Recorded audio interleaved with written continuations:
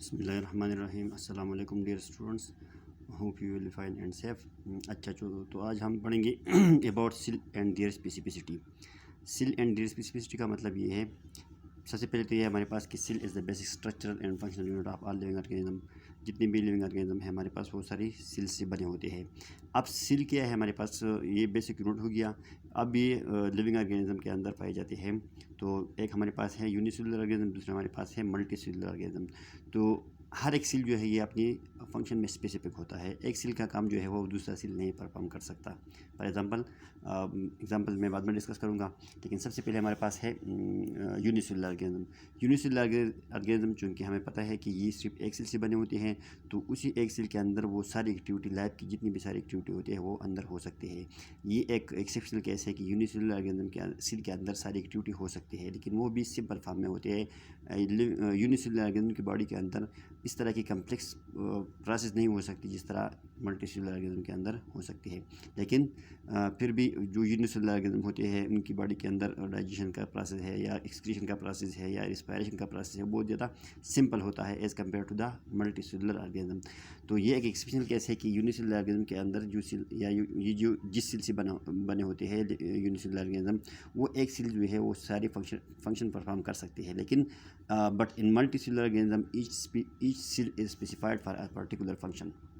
Different cells are specialise for different function. Different cell होती है body के अंदर और वो एक ख़ास काम के लिए हर एक सेल जो है वो कि स्पेशलाइज होता है, वो दूसरा फंक्शन नहीं परफॉर्म कर सकता। फॉर एग्जांपल जो हमारे पास जाइलम है प्लांट्स के अंदर, तो जाइलम का फंक्शन क्या है, जो transport water from root to aerial part of the plants. ठीक है, तो इसका ये फंक्शन है कि ये नीचे से ऊपर पानी लेके जाता है। इस तरह हमारे पास फ्लेम जो है प्लांट के अंदर, उनका फंक्शन क्या है, ट्रांसपोर्ट ऑफ फूड। ये जब फोटोसिंथेसिस होता है तो फोटोसिंथेसिस के दौरान जो फूड बनता है वो फूड ऊपर से नीचे की तरफ या हर एक पार्ट में डिस्ट्रीब्यूट कराता है या ट्रांसपोर्ट कराता है। इसके अलावा हमारे पास जो ग्रीन सेल होते हैं लीफ में, तो उनका काम क्या है, हमारे पास है फोटोसिंथेसिस। अब अगर ये काम हम जाइलम से एक्सपेक्ट कर ले या फ्लेम से, तो ये पॉसिबल नहीं है, क्योंकि जाइलम का अपना काम है, फ्लेम का जो है वो अपना काम है, और जो ग्रीन सेल है जिसे हम मेसोफिल सेल कहते हैं उनका अपना काम है। तो हर सेल का क्या है, अपना अपना एक काम है। इस तरह हमारे पास एपिडर्मल सेल्स है या टिश्यू है तो उनका अलग काम होता है प्लांट्स के अंदर। इस तरह हमारे पास एनिमल में भी हर एक सेल का अपना अपना एक रोल होता है या फंक्शन होता है। फॉर एग्जांपल हमारे पास है मस्कुलर टिश्यू, तो मस्कुलर टिश्यू या मसल सेल जो है, इनका काम क्या है, मूवमेंट है बॉडी का। ये कंट्रैक्ट और रिलैक्स होती है, इनका काम है कंट्रैक्शन और रिलैक्सेशन। ठीक है, तो कंट्रैक्शन और रिलैक्सेशन के दौरान हमारी बॉडी में क्या होता है, मूवमेंट होता है। हमारी बॉडी के जितने भी पार्ट्स है हम उनको मूव कराते हैं या हम जो मूवमेंट कराते हैं या लोकोमोशन कराते हैं, तो वो किस वजह से है, वो हमारी मस्कुलर टिश्यू की वजह से है। ठीक है, इस तरह हमारी बॉडी के अंदर नर्व सेल्स है जिसे हम न्यूरॉन कहते हैं, जो हमारी बॉडी के अंदर नर्व इम्पल्स को ट्रांसपोर्ट कर लेते हैं। हमें सेंसेशन होता है, हमें पता चलता है, हम देखते हैं, हम सुनते हैं, हम स्मेल करा सकते हैं, हम अगर कोई हमें टच कर लेते हैं तो हमें पता चलता है। तो ये सारी क्या है, ये नर्व इम्पल्स है जो हमारे ब्रेन तक पहुंच जाते हैं और फिर हमें पता चलता है कि क्या है। ठीक है, तो ये इसके थे नर्व इम्पल्स, जो मैसेज न्यूरॉन में चला जाता है ब्रेन में, तो इसे कहते हैं नर्व इम्पल्स। और ये नर्व इम्पल्स जो है नर्व सेल का काम है। तो ये काम जो है ये हमारी मस्कुलर टिश्यू नहीं कर सकती। ठीक है, ये काम नर्व सेल का है, और जो कंट्रैक्शन रिलैक्सेशन का काम है वो हमारी न्यूरॉन नहीं कर सकती। इस तरह हमारे ब्लड के अंदर सेल्स है, आरबीसी है, रेड ब्लड सेल। आरबीसी का मतलब है रेड ब्लड सेल। तो आरबीसी क्या है, ये ट्रांसपोर्ट ऑफ गैसेस इनका काम है। ठीक है, हमारी बॉडी में जब हम सांस लेते हैं तो ऑक्सीजन बॉडी में चला जाता है, हम सांस निकाल लेते हैं तो कार्बन डाइऑक्साइड जो है वो बाहर आता है। तो जब ये ऑक्सीजन लंग्स के अंदर चला जाता है तो ब्लड इसको लेके जाता है each and every cell of the body, और ये काम जो है ये हमारा आरबीसी कराता है। ठीक है, तो आरबीसी का काम है सारी बॉडी को ऑक्सीजन पहुंचाना, और वहाँ पे जो कार्बन डाइऑक्साइड बनता है वो वापस लंग्स में लेके आना। तो ये क्या है, ये आरबीसी का काम है। इस तरह ब्लड के अंदर एक और टाइप का क्या है, ब्लड सेल है जिसका नाम है WBC, white blood cell. White blood cell जो है इनका काम है किल द पैथोजन या किल द जर्म। हम डेली सांस लेते हैं, हम खाते हैं, हम पीते हैं, तो हमारी बॉडी के अंदर बहुत सारे जरासीम भी चले जाते हैं, जर्म चले जाते हैं, बहुत सारे पैथोजन या डिजीज़ काजिंग एजेंट बॉडी के अंदर चले जाते हैं। तो जब ये बॉडी के अंदर चले जाते हैं तो ये हमारी बॉडी को एकदम या एक जो है वो नुकसान नहीं दे सकती, क्योंकि हमारी बॉडी के अंदर एक मैकेनिज़्म है, डिफेंस मैकेनिज़्म है। हमारी बॉडी के अंदर एक फ़ौज मौजूद है in the form of WBC. ये हमारी ब्लड सेल जो है ये इसी जर्म को या इसी पैथोजन को या इसी जरासीम को किल कर लेते हैं। अगर ये सिस्टम नाकाम हो गया तो फिर हमें पता चलता है कि हमारी बॉडी के अंदर कोई बीमारी है। हमें बीमारी का एक सिम्टम जो है वो फिर क्या वाज़ेह होती है। ठीक है, तो ये डब्ल्यूबीसी जो है इनका काम क्या है, टू किल द जर्म। तो इनका जो काम है वो आरबीसी का जो काम है वो डब्ल्यूबीसी नहीं कर सकती, और डब्ल्यूबीसी का जो काम है वो आरबीसी नहीं कर सकती। इस तरह हमारी बॉडी के अंदर प्लेटलेट्स, ये भी ब्लड के अंदर एक और टाइप का क्या है, ब्लड सेल है। इनका काम है ब्लड क्लाटिंग। ब्लड क्लाटिंग क्या है, जब कहीं पे चोट लग जाता है तो ब्लीडिंग होती है। ब्लीडिंग कुछ टाइम के लिए होती है, फिर वो स्टॉप होता है, ठीक है। ये हमारी बॉडी के अंदर प्लेटलेट्स है वो ब्लीडिंग को स्टॉप कराते हैं।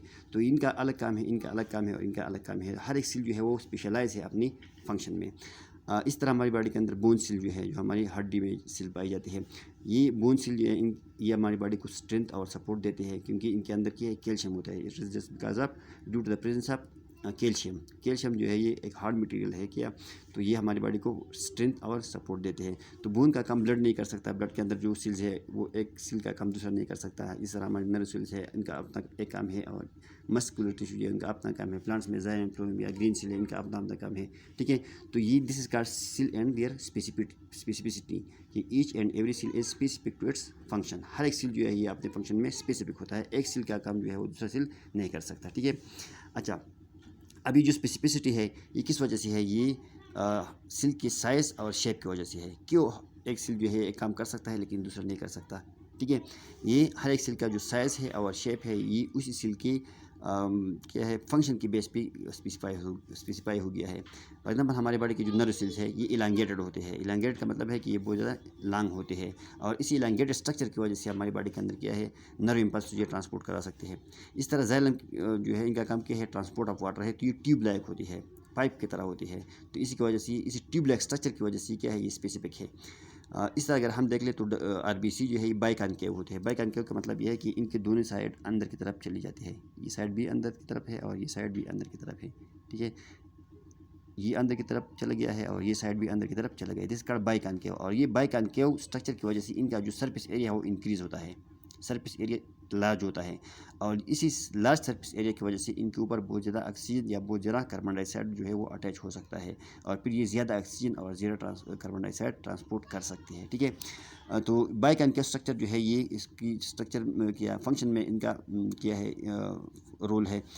इसी के अलावा हमारे पास रूट हेयर सेल है। रूट हेयर क्या होते हैं, प्लांट्स की रूट के ऊपर हेयर लाइक स्ट्रक्चर होते हैं, छोटी छोटी हेयर होती है जो एब्जॉर्प्शन ऑफ वाटर कराते हैं।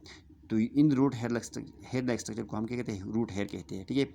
अब ये जो रूट हेयर है इनका भी सरफेस एरिया क्या होता है, बहुत ज़्यादा लार्ज होता है, और इसी लार्ज सरफेस एरिया की वजह से ये सेल जो है ये एब्जॉर्प्शन ऑफ वाटर कर सकता है। ये रूट हेयर जो है ये एब्जॉर्प्शन ऑफ वाटर करा सकता है, ठीक है। इसके अलावा जो है हमारी बॉडी के अंदर सेल जो है ये एक ओपन सिस्टम की तरह काम कर लेता है। ओपन सिस्टम क्या है कि जब भी किसी सेल को किसी सब्सटेंस की ज़रूरत होती है तो ये substance throughout the cell membrane ये एब्जॉर्ब करा सकता है। इस यहाँ पे भी एब्जॉर्ब हो सकता है, यहाँ पे भी एब्जॉर्ब हो सकता है, यहाँ पे भी, मतलब throughout the cell membrane ये किसी सब्सटेंस को एब्जॉर्ब कर सकते हैं व्हेन नीडेड, जब इसको ज़रूरत हो। जब ये सब्सटेंस एब्जॉर्ब कर लेते हैं तो अंदर इसके अंदर कुछ क्या होते हैं, प्रोसेस होते हैं, केमिकल रिएक्शन होते हैं, जिनका नाम है metabolism. Metabolism is the sum of all chemical reaction which occur inside all living body. Living body या लिविंग सेल के अंदर जितनी भी केमिकल रिएक्शन होता है उनका हम मेटाबॉलिज्म कहते हैं, मेटाबॉलिज्म, ठीक है। अच्छा, तो मेटाबॉलिज्म के बाद कुछ और प्रोडक्ट बन जाती है। तो वो प्रोडक्ट जो अंदर मेटाबॉलिज्म के थ्रू बन जाते हैं या as a result of metabolism बन जाते हैं, तो वो प्रोडक्ट्स यहाँ पे भी बाहर निकल आ सकते हैं, यहाँ पे भी ये निकल आ सकते हैं, यहाँ पे भी निकल आ सकते हैं, इस तरफ भी निकल आ सकते हैं। तो ये एक ओपन सिस्टम की तरह काम कर लेते हैं कि जब भी इसको किसी सब्सटेंस की ज़रूरत हो तो वो सब्सटेंस इसी सेल मेम्ब्रेन के थ्रू, मतलब ये एज अ होल सरफेस इस्तेमाल कर सकता है सब्सटेंस के इनटेक में। और जब ये सब्सटेंस अंदर चले जाते हैं तो अंदर कुछ क्या होते हैं, हमारे पास केमिकल रिएक्शन होती है, और केमिकल रिएक्शन की रिजल्ट में कुछ प्रोडक्ट्स बन जाते हैं।